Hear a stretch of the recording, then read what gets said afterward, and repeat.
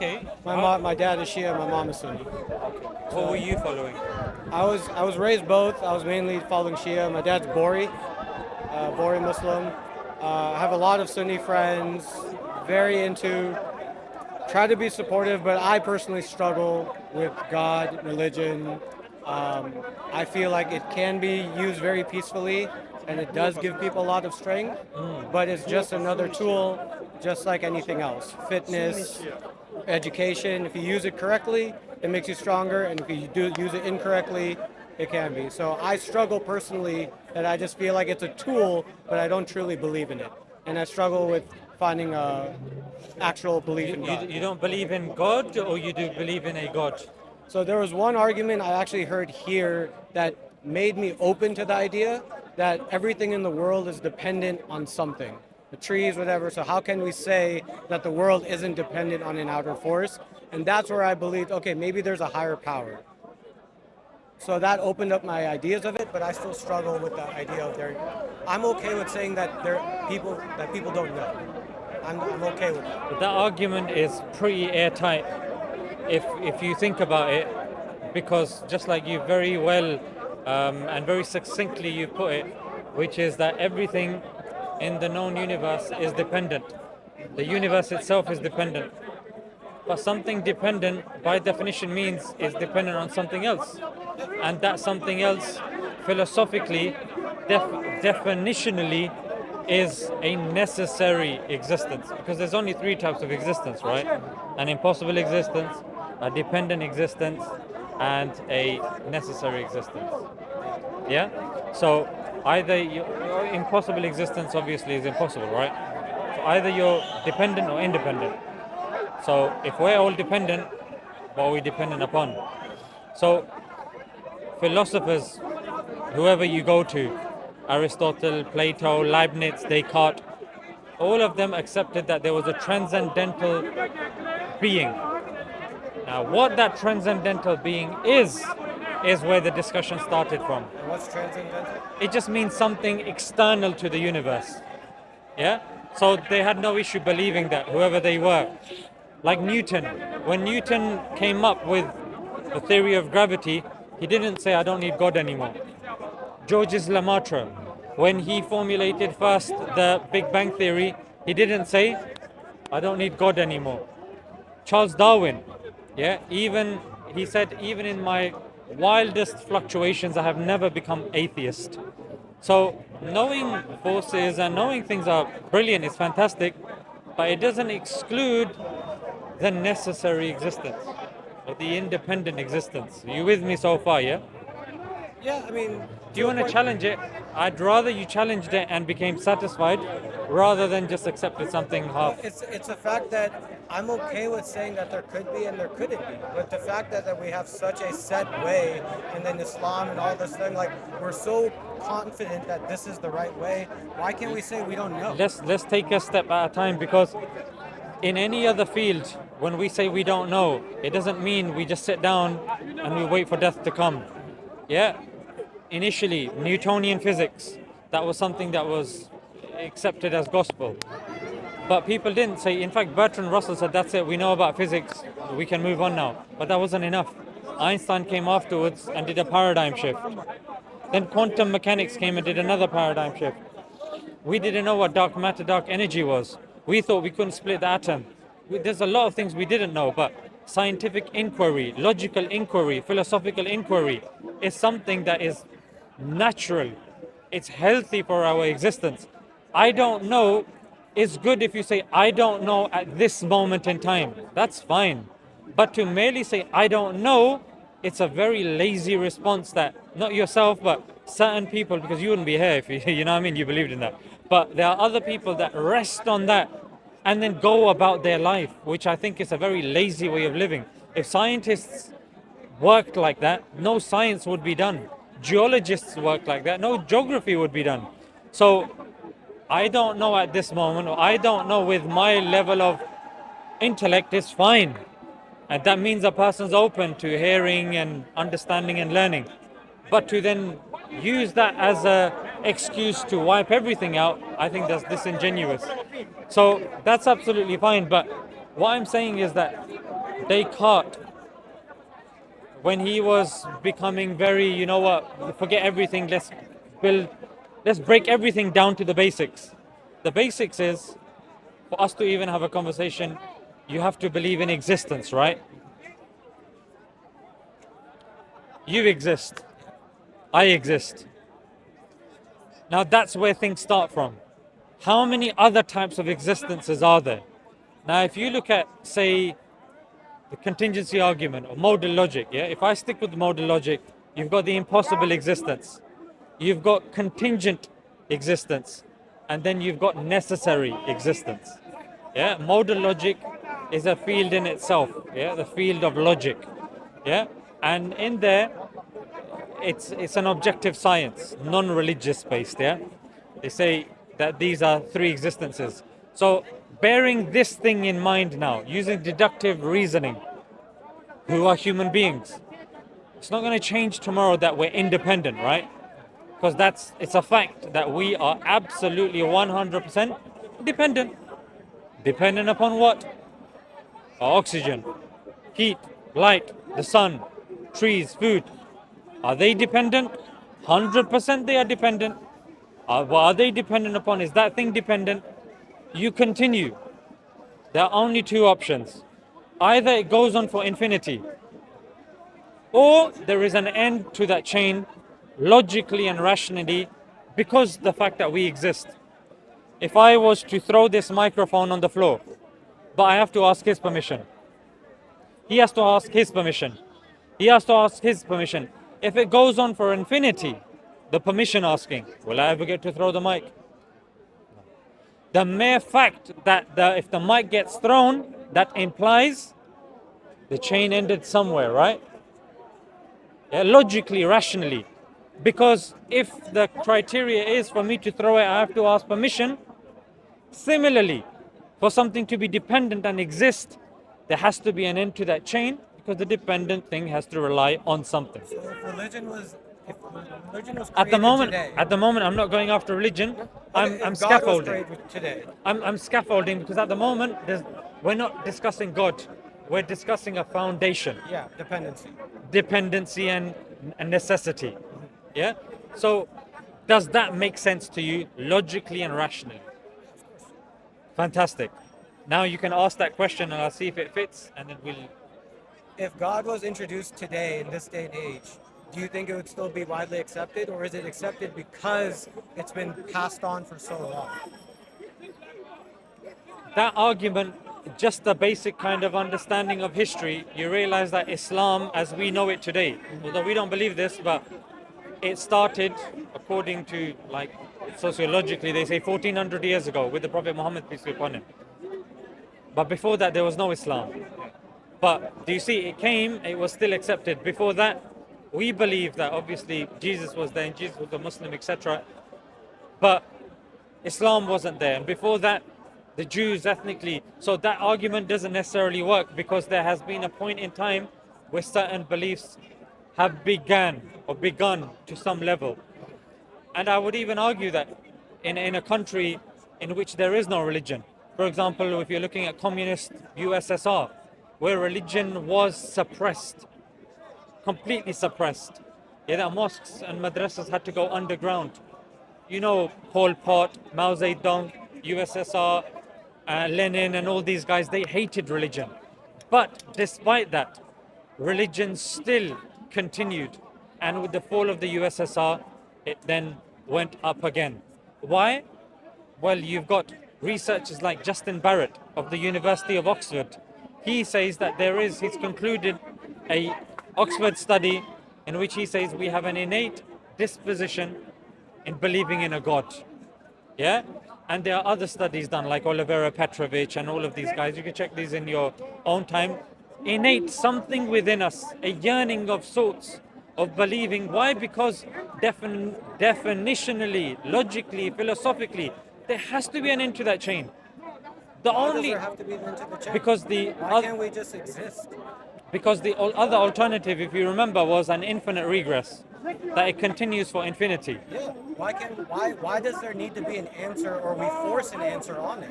Because without religion, the world would go crazy. At the moment, we haven't gone into religion. What we're saying is, what are the options logically and rationally? Now, if you're saying logically and rationally things go on for infinity, I'm that's saying nobody knows the answer to it, and it's okay to say I don't know. You use religion as something to give you power and strength, and you say don't. To a sense, you're saying I don't know, but then you're also saying I'm going to go explore and do more research of religion. But there's no definite answer or no clear argument where someone can tell me that this is the answer. the definite answer is there is a necessary existence. You accepted it, I accepted it. That for sure. Yeah, necessary existence. Is a necessary existence a singular or a plural? Is a necessary existence a singular or plural? Yeah. Plural? No, logically. Plural. Why would it be a plural I if don't it... even understand the question, to be honest. Okay. Then just let me know. I don't mind... I don't know. Yeah, I don't mind explaining and using more detail. If things depend upon another thing and another thing and another thing, they all depend on a singular, right? A necessary existence. Not necessary existences. Because then if they're multiple, then who do they depend upon? There has to be one coalescing force that everything relies upon. Hence a singular. Don't things depend on multiple things? But that's what I'm saying. They all have to depend on a singular thing by definition. At the root. For example, a seabed. All the water is dependent upon the seabed. If you take the seabed out, how on earth is that water even there? A foundational force, an axiomatical force, has to be a singular. Otherwise, there's necessary existences, but then how are they? It just leads to an absurdity. And your question about why we can't just exist, very simple. Look at virtual reality. Can virtual reality exist without a creator? And constant maintenance of the virtual reality. So if the processor has a fault or makes a mistake, all the virtual reality collapses. And that's what it says in the Quran. It says, God created the universe and constantly maintains it. Exactly what a processor does to virtual reality, and this is the ultimate reality. Simple as that. So with the necessary existence, would you say that it has children or was given birth to? Sorry, can you say it again? So necessary existence because everything relies upon it. To then say that because everything relies upon it, it also relies upon a father or a mother. Does that make sense? How does that make sense? The child depends on the father or the mother. The necessary existence is something everything relies upon, right? And it's a singular. There's no other necessary existence. You with me so far? Because it's a singular, everything relies upon it. Surely that doesn't rely upon something else, otherwise it would also become dependent, right? So it doesn't rely upon something else. So in other words, it doesn't beget, nor is it begotten. Technical words just means that it wasn't given birth to and it doesn't give birth. Yeah? And would you accept there's nothing like it? Nothing like it, meaning everything else is dependent. That entity is independent. Therefore, it's unique. That's our definition of God. Chapter 112 of the Quran, that's our definition. Say he is God the One, the independent. He does not beget, nor is he begotten, and there is none like him. Yeah? So, that is the purest intellectual concept of God. Because all the other concepts of God are anthropomorphic in terms of some kind of humanistic kind of God. All the other religions. Only in Quran has the purest intellectual concept of God, which is he has no form, no beginning, no end, no children, not begotten. That is the intellectual concept of God. And that's what All the science fiction people, It still feels that's like what they do. we have to put an answer to it when we're. Is it wrong to say, hey, we actually don't know the answer to it? No, you So might we're not going know. You might be in a process of I don't learning. think anyone. No, you can't say not anybody because you're not informed about all of the opinions and all of the arguments. Am I correct? So Neither if are you're you. not, sorry? Neither are you. Neither am I. But I'm not claiming no one knows. You're claiming no one knows. But you are claiming there is a God. Sorry? Yes. So then you are claiming that people are, that you are That claiming people that's know. Yeah. So I am making a claim that people know. and I'm making a claim that people don't know. Yeah, so I am proving why people know. You're merely resting upon this fact no one knows with no empirical evidence on this. Because there isn't any. Okay. Yes, because virtual reality. Yeah, but we Without know. the- Well, without we the know we creator- made virtual reality. We know we made virtual. When There's you- actual empirical evidence. Wait, that he's we going to made go somewhere virtual else. reality. When you say we don't know, there's no evidence, what is that based on? What do you mean? What is it based on? That's his claim, right? Yeah. You're claiming If no I'm one gonna- knows. If you're going to tell me, hey, there's a, I don't know, there's a giant building over there around the corner, Yeah. I would need proof to say, okay, there's a building around that corner. You can provide the evidence. Someone's going to tell me that there's God watching over me. I don't see. But if you're going to say before the person's finished giving the proof, if you are hell bent on saying no one knows if there's a building there or not. No, but here's the proof. No, no one knows. I would love to see the proof. No, but I literally gave the proof. You acknowledged the proof, and then you've gone back on your word saying no one knows, That's not what I said. You made a point that everything is dependent on something. and you accepted it. And I do accept that. But that doesn't mean that I would believe in a supernatural being that created the That's world. you keep jumping the conversation But because that was the foundation of the question. that may be the foundation, but that's not the complete argument that's been made. But your point that I mean, am I not missing this point that you're saying everything is dependent on something, so we have to be dependent on a super existent being, right? Now, on a necessary existence that fulfills the criteria of the Quran. And you accepted that criteria as well, so I don't see where this U-turn is coming from. I accepted the fact that the world is dependent on other things. I do agree with that. I do not accept the fact that we are dependent on a super higher being power without any evidence. I haven't made that claim. I don't know why you keep mentioning that. Have I ever used the word supernatural being? So, okay, then what claim are you making? I'm missing it clearly. I don't know, I've mentioned it a few, maybe you just don't want to hear it. My thing is very simple. There's a necessary existence. Logically and rationally, we can infer it is one, independent, does not beget nor is it begotten, and there's none like it. I'm saying that is our definition of God. I'm not saying supernatural or this or that. That's something you are enforcing upon what I'm saying. I haven't made that claim. I'm ready to move on to the next step. But for some reason, you keep wanting to bring in something that I simply have not bought in. The only way for you to get out of this would be to accept an infinite regress, which no scientist in their right mind believes exists in the real world. There's no such thing as an infinite regress. So there has to be an end to that chain. And when you're saying no one knows, I already undercut that right at the beginning. Aristotle knew, Plato knew, Leibniz knew, Descartes knew, Ibn Sina knew, Ibn Khaldun knew, all of the Imam Ghazali knew, Maimonides knew. So these are towering academics. Newton knew, Einstein knew. Then where is this coming from that no one knows? No, people have claimed that is the case. As Georges Lemaitre, the one who came up with Big Bang, he knew because he's still stuck with Big Bang, but also believed in a God. Newton didn't abandon his theory of gravity, he still believed in a God. So this is what I'm saying, like, where is this coming from? When you're looking at ancient philosophy and ancient history and ancient theology, they all believed in a God. Atheism has just come as a modern thing, and even they cannot answer fundamental questions. The only thing for you to be a credible atheist, you have to pitch your hat on at least two things. Either you believe the universe came from chance, or it came from nothing. And I'm sure you're intelligent enough to believe neither is logically true, because you've just accepted that, yeah, you know what, there is a necessary existence.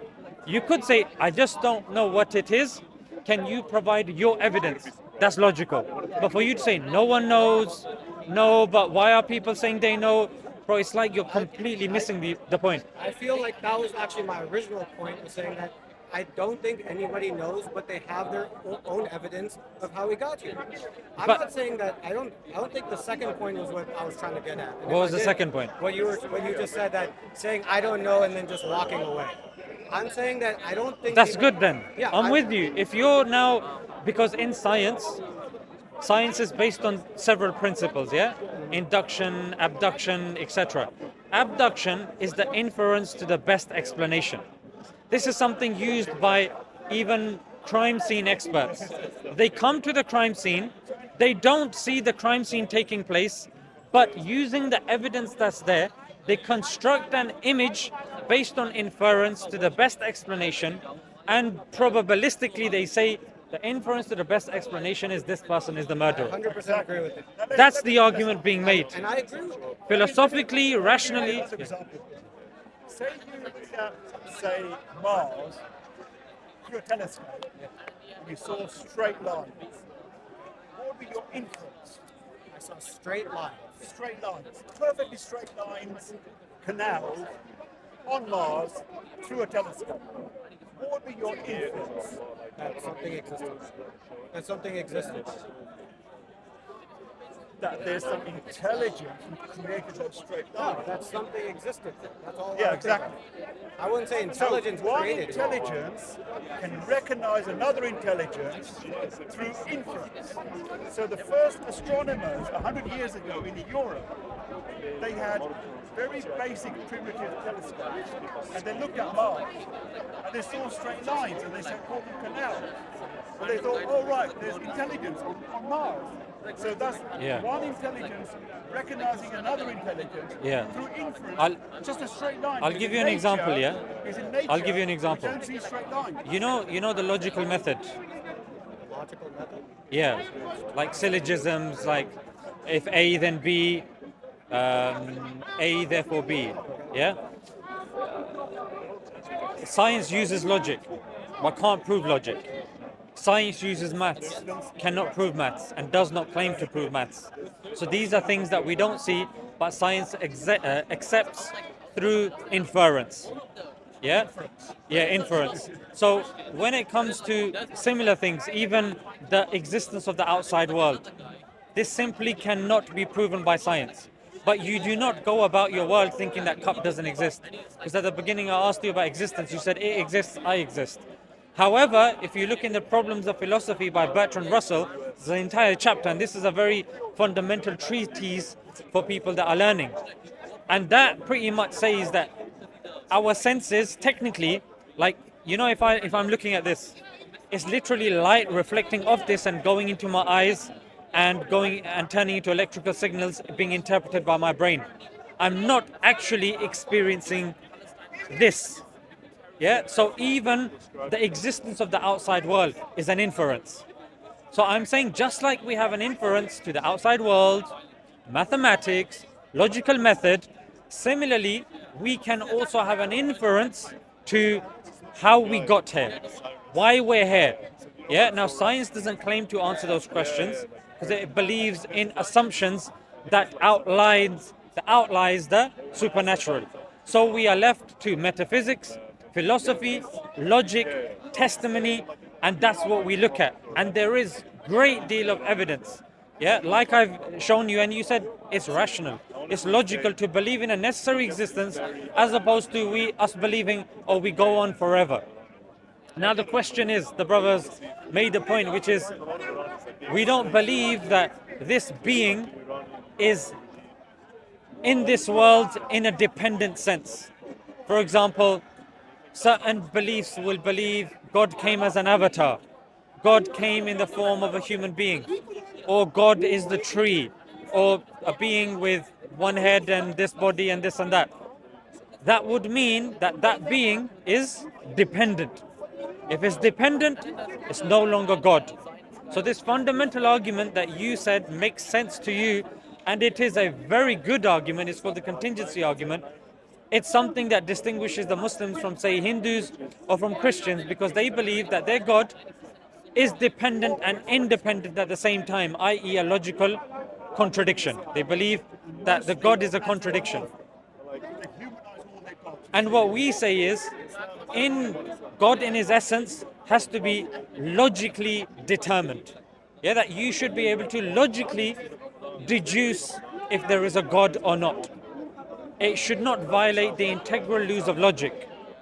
For example, the law of non-contradiction, the law of identity, the law of excluded middle. These three are fundamental laws of logic. But the Trinity violates all of them. The Hindu concept of God and Brahma and this, that violates all of them. Islam, logically, philosophically, it's in line with common sense. So an average person sitting and reflecting and thinking would deduce logically that there is a independent, singular existence. That's my point. And I back that up with Justin Barrett that did, and you can find this as a peer-reviewed evidence research. You can find it in these journal websites. Justin Barrett, search him up. And he concluded this exact same thing, that human beings are inclined to believing in a God.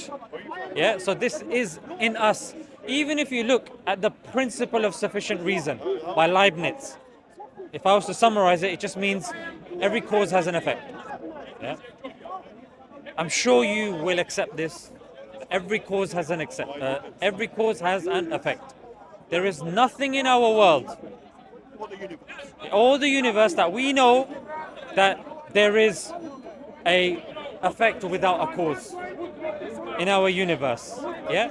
Now, bearing that, we use that to do science, we use it to do geography, we use it to do history, all sorts. If we start believing, oh, effects come without causes, life will become an absurdity.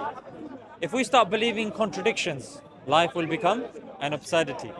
So my argument is, whatever metric you want to use, Islam comes with a star. Yeah, in logic, in philosophy, the contingency argument came from Ibn Sina in the Islamic world. Al-Ghazali, the cosmological argument, came from Ghazali. Yeah, again, he was a Muslim. So the Christians, William Lane Craig, they translated the works of Ghazali so they can use the Kalam cosmological argument. So this is what I'm saying. It's not a case of, oh, there's no evidence.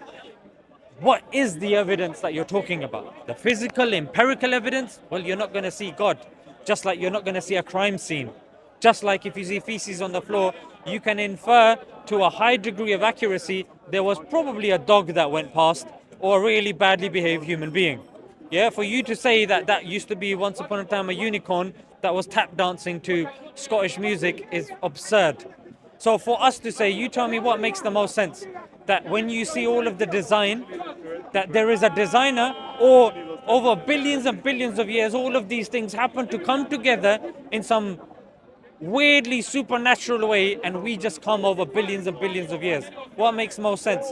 Design begets design indicates a designer, or design indicates random processes that are unconscious, unguided, mindless, and materialistic.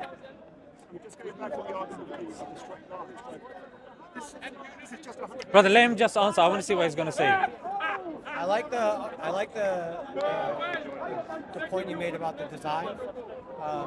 I still feel that everyone who is religious, you're going to use all the evidence that you feel God has put out here, and you're going to make the best assumption of what you think is the right way. I still don't feel that I still feel like we're putting a label on an answer that we just don't know. But you did open my eyes. It was a fair point. Fantastic. I get that, but I still think we're putting an answer to something that we just can't answer. But bear in mind, what we did, we followed a completely different method. The necessary existence was something that was a-religious. Yeah, it was something that was philosophical and using modal logic, especially if you're using the terms contingent and necessary existence. Yeah, that was non-religious. It was something that, yeah, pure logic. You came to an answer, you said that makes the most sense from the options given. Now then, continuing on from that, I applied a criteria. You could have said no. I said, is it one?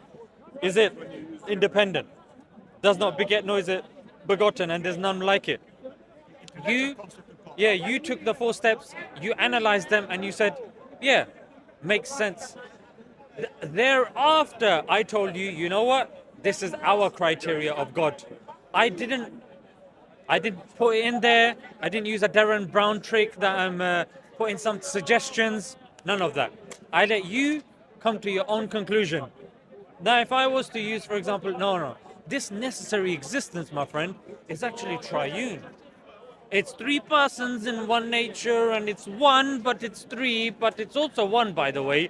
And they're all co-equal, co-eternal, and one came down as a... You're going to be like, whoa, you're going a bit over the top now. But bear in mind, this is not in the Bible. Not in the Bible, it's not in the first 300 years. Oh, it came up in like the 5th century Athanasian Creed. You're going to be like, what the hell is going on? I'm back. Yeah, I'm back and forth. I'm most likely agnostic. Yeah. Anyway, going back to the example of the straight line on Mars, this is only 100 years ago, and European scientists came to that conclusion by just looking through primitive telescopes at Mars, seeing straight lines, and inferring intelligence. That some intelligent beings created those straight lines. Because in nature, we don't see perfectly straight lines. So that is just pattern recognition, artificial intelligence, or intelligence. So through inference, we can see another intelligence just by seeing one straight line. But then it came about that it was actually an illusion because they had very primitive lenses. Yes, so it's just an illusion. But still, because they saw a straight line, just a single straight line, they assumed that there was an intelligence on Mars. So what we see around us is billions of straight lines. You understand? Okay. So, do you believe that there is such thing as objective design? Can you explain what is objective? Objective means that, I think a point that you were referring to was that certain people will give the idea that there is design or God where there is none. So objective design means that maybe 5 or 10 people are in one place. Can they, in their own heads, look at one thing and conclude that, yeah, this looks designed? Just by a single line, you can assume that it's designed. Yeah, sure. Yeah, the example would be butterflies, yeah? Butterflies are symmetrical. You look within, sunflower, yeah, the way the seeds are organized. You look the Fibonacci sequence, the golden ratio. All of these things can be objectively and mathematically measured. So Einstein said this, it's very confusing and perplexing how order can come from chaos. Can you give me an example of where order has come from chaos? Order has come from chaos. I mean, are you talking about like in a war scenario? You can give me any example. Order that's come from chaos. Yeah, not in a sociological sense, something in a physical sense. So after 9/11, the security in the airports. Sorry, say that again? After 9/11 attacks, the security in airports became more ordered. That would be just what comes to my mind. Okay, So that was a chaotic event. a sociological and a psychological example has multiple interpretations. Oh, did you know what these guys meant by this and this happened and that? I'm talking about, say, something that we can see and that we can observe.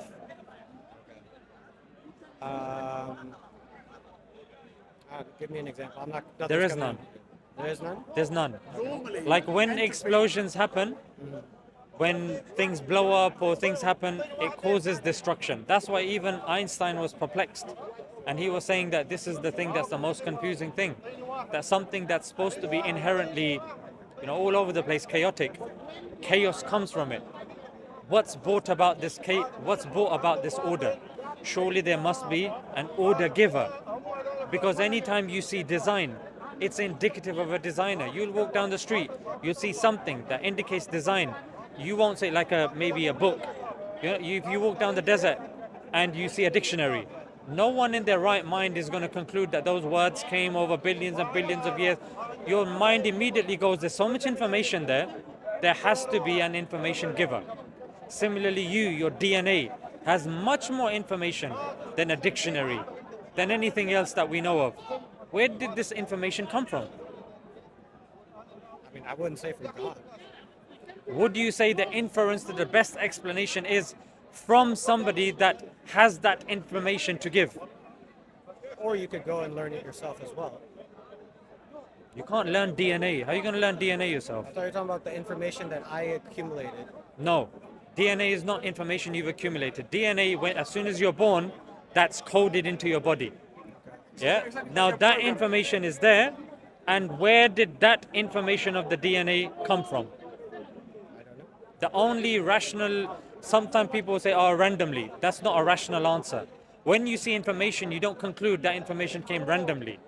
Yeah? You conclude that there was somebody that gave that information. This is within our experience. Now, if we have all experienced information, means that it came from somewhere.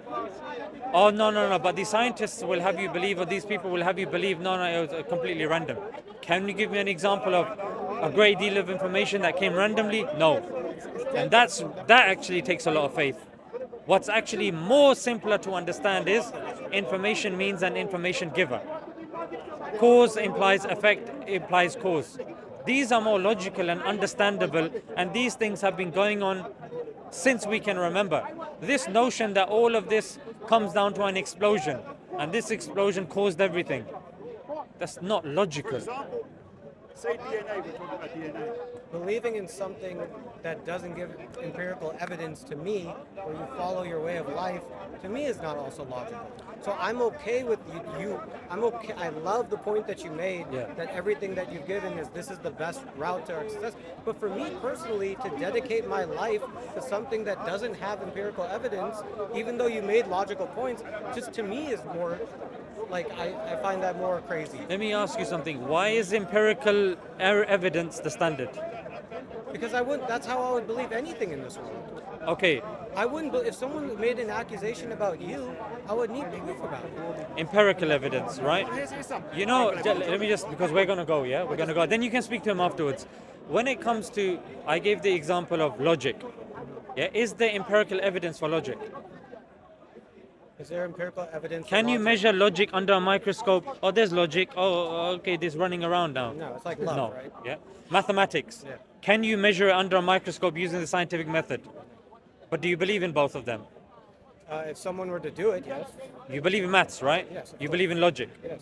So you do believe in things without empirical evidence. Yeah, but that's because I can perceive it.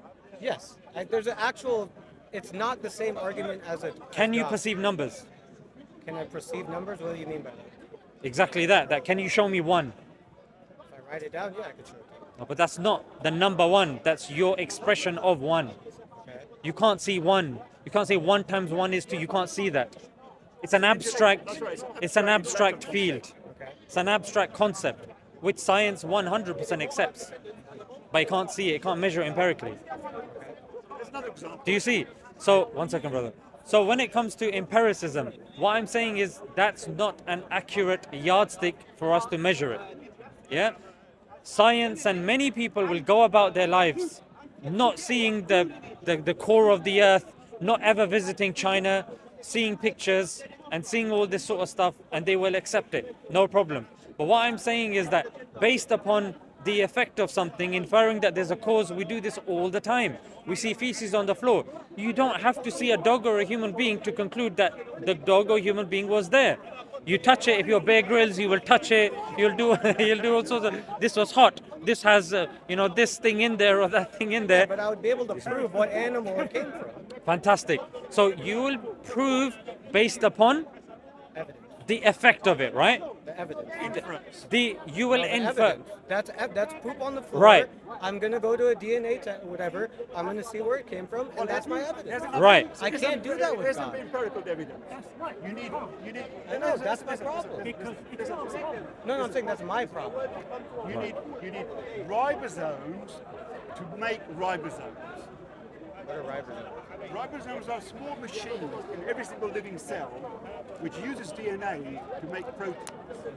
They read the code and they assemble proteins. You need ribosomes to make ribosomes. It's impossible to have ribosomes. These are tiny little machines, they're nanomachines, inside every single living cell. And they use the DNA, read the DNA, and they actually make proteins. So there has to be an instance at the first point where somebody actually created the ribosome and the DNA to make more ribosomes. Because a ribosome is a very complex machine. It's a biological machine. Understand? It's like you need a computer to make a computer almost. To your point about the math, right? You said it's something that you can't prove. Right? Abstract. It's That's conceptual, not, yeah. But a human did create math. So to No, me, discovered I maths. think what he's saying is like if you can count one. Maths was never created. Maths was discovered. It's like Not necessarily. that we One human created and math. one human, We they didn't are create math. they are a human Either. and a human. We have interpreted that and given it a language of maths by saying two. Yes. But that two you can't see hovering over their head, or you open their pocket and it's in there. That's an interpretation of our understanding of nature that we have placed onto that. That there are two human beings. But how do you prove that? How can you show that under a microscope? You don't. You can't prove that the number two, the concept of two under a microscope, but we still accept it. Because their people have created that concept. Us as humans have discovered math, and so we know that this is the explanation for it. That's how I prove it. Just So- because I can't use it, Through logic. well, you're using your own logic to say, hey, we created this, this is it. But just because we can't measure it on a microscope doesn't mean that we can't prove it. Fantastic. That's exactly my point to you. Just because you can't measure God under a microscope doesn't mean he doesn't exist. And that's my original point. example, I'm okay saying that I don't know that he could or could not exist, but I also am not going to dedicate my entire life with that. That's something different. That's fine, different. Okay, just let's stick to God. Yeah. Just Because accept when that. you're saying you're dedicating your life to something, that's something that Okay, it's sorry, a later sorry. argument. That's different. For now, we're trying to prove if something is true. Yes. Objectively true. Yes. Yeah? And what we're saying is that if you look at any criteria, the principle of sufficient reason, which is every cause has an effect, every effect has a cause, etc., etc. Yeah? And then when you look at the contingency argument, when you look at design, and you look at all of these things, I'm saying the inference to the best explanation is that there is a creator, the creator caused it, for you to then go against the grain and say, you know what, no, there is no creator, happened by itself, or happened by nothing. Again, where is the evidence for this?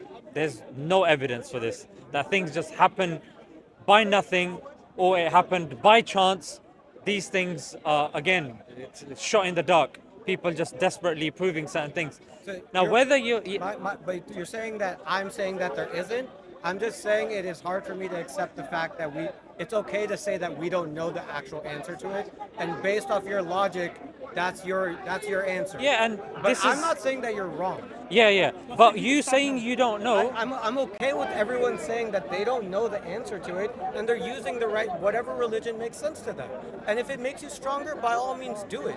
But I cannot, when you tell me that you believe in God and it's 100% accurate, I'm okay with saying, you know what, by all means, go for it, I support it, but I truly think you don't know just as much as I don't know. No, not just fine. as much as I don't believe know. you do. No, not just as much as I don't know.